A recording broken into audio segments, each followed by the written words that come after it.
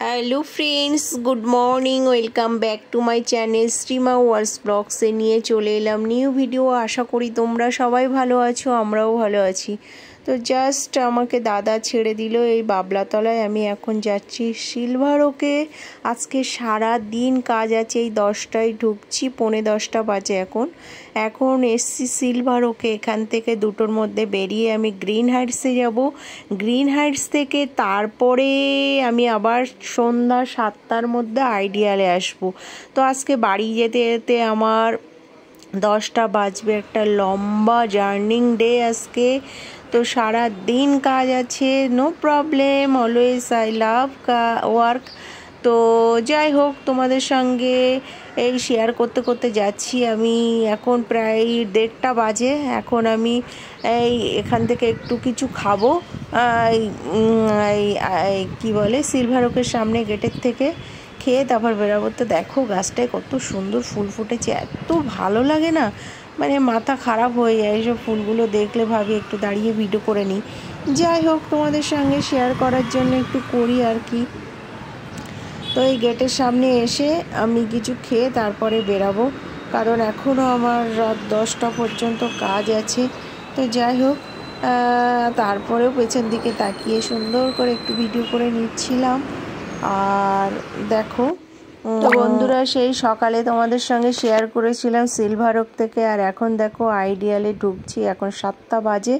তো এখানে পরপর আমার 3 জায়গায় কাজ আছে। তো সারাদিন তোমাদের সঙ্গে আমি দেখা করতে পারিনি, কারণ খুবই ব্যস্ত ছিলাম। তারপরে দুপুরের দিকে বেশ খানিকটা বৃষ্টি হয়েছিল, একটু টেনশানে পড়ে গেছিলাম।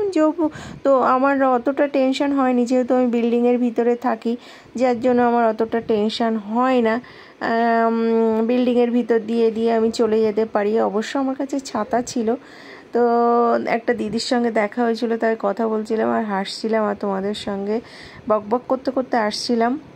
তবুও আমি এটা ভয়েস দিচ্ছি এই কারণে, এখানে আমার অন্যরকম কিছু কথা ছিল, তার জন্য আমি এটা ভয়েস দিয়ে তোমাদের সঙ্গে একটু শেয়ার করলাম।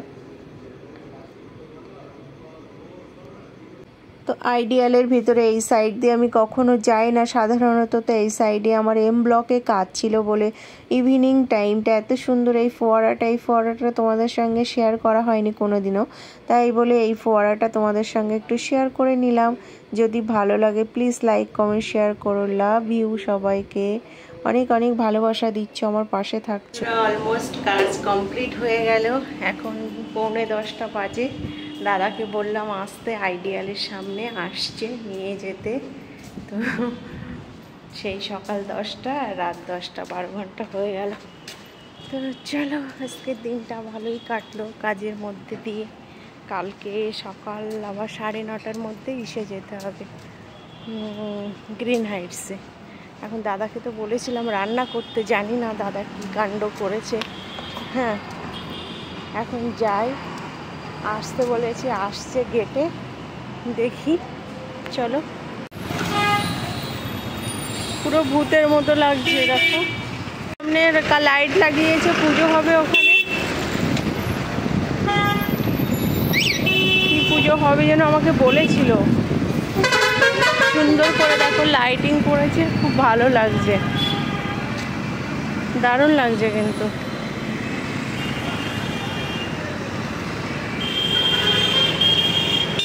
বাবা, এই মাথা তো ওই মাথা পর্যন্ত লাইট দিয়েছে, কি সুন্দর লাগছে দেখো।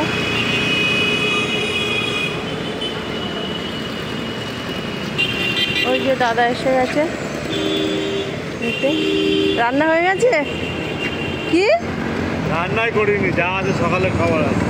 কেন রান্না করবো? অনেক তরকারি আছে, ওদের হয়ে গেল। আমি দেখলাম যে রান্না করবো, আবার ভাত দেওয়া চাই আছে তো, আমি তো খাইনি। বাবুও খায়নি। পান্তা ভাতটা খেয়েছে, আর ওই চিড়ে দিয়ে, কলা দিয়ে, আর হচ্ছে তোমার ওই কি বলে ওইটা, যেটা কি হয়েছে, লাল জানি না। ওই দাদা রান্না করেনি বলছে। কালকে সেই তরকারি, মাছের তরকারি, ডুমুরের তরকারি আর ভাত আছে। এখন দেখা যাক, সবার হয়ে গেলে তো ভালো, নাইলে মাথা ধরে রয়েছে, চিড়ে দই খেতে হবে। চলো। তো আমার দাদার উপরে ভীষণ রাগ হচ্ছিল কোনো রান্না বান্না করেনি বলে, তবুও আমি কিছু বলিনি এই কারণে, যেহেতু ওরা খায়নি দুপুরবেলা, ঠিক আছে। পান্তা ভাত ছিল, সেই পান্তা ভাত ছেলে খেয়েছে, আর ও খেয়েছে তোমার কি চিড়ে টিড়ে দই টই এসব দিয়ে খেয়েছে। তো ভাত তরকারি সবই ছিল, বলছে রান্না করলে বেশি হয়ে যায় আবার ফ্রিজে ঢুকাতে হবে, তাই বলে কিছু করেনি, সব বাজার করে এনে রেখেছে, সব গুছিয়ে রেখেছে, এই কথা বললো। তাই আমি চুপ হয়ে গেলাম। তা বন্ধুরা, দাদা তো আমাকে রাস্তায় ছেড়ে দিল, কারণ ওটা একটা দাদার গাড়ি ছিল বলে দিতে গেছে, আর আমাকে বলল তুমি ভাত তরকারিগুলো গরম করতে থাকো, আমি আসছি। তো আর কি বলবো, এই প্রসাদটা দেখো রাইশ্রী দিদি আমাকে দিয়েছে, কাশ্মীরে গেছিলো, তা আমি একটু খাচ্ছিলাম। আমি অন্তত জল খেয়ে নিই, তারপর একটা ধূপকাঠি জ্বালিয়ে ভাত খাবো। তো টাটা। ভিডিওটা ভালো লাগলে লাইক কমেন্ট শেয়ার করো।